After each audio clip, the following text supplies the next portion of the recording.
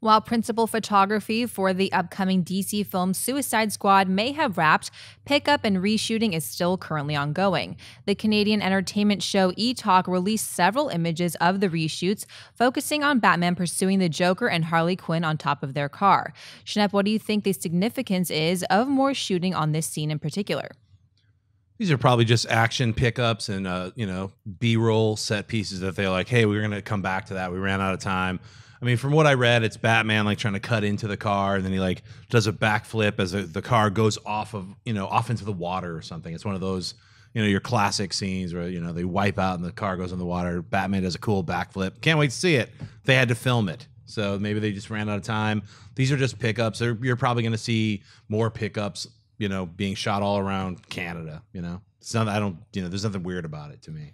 Yeah, I think it says one of two things. Either one, they looked at the footage, because we know they shot these scenes quite a while ago, because we've seen the kind of pictures with Ben Affleck on the roof and all that kind of stuff.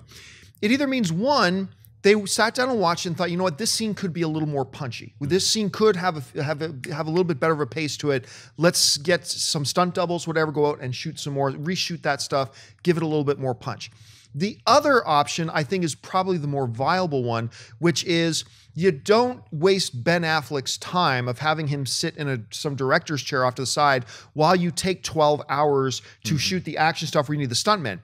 What probably happened, and I'm just speculating here, is that they shot the stuff that they needed Leto in the car, they needed Margot Robbie in the car, and they needed Ben Affleck actually on the roof. They shot that, then shut down the scene. And they just thought, you know what, we'll pick up all that other stuff later after principal photography's done. We'll send the second unit out and actually shoot that scene. And that is my guess about probably what they did at this point. Actually, Mark, what do you think? My first thought was like, this is the one scene that I thought they would never have to reshoot, because they could just call any number of the 100 people that got it on their iPhone from a different angle. Right. Like, hey, can we borrow that footage to put in the movie? But I agree with John. It's like this is probably something where they had these stars for a very limited amount of time, had to get the scenes with those up close face shots, and then everything else you can pretty much have a stuntman. So, which by the way is the right move. If you have Ben Affleck and you're like, okay, let's have him on top of the speeding car for as little time as possible. Right. Get a professional stuntman in there to finish the job.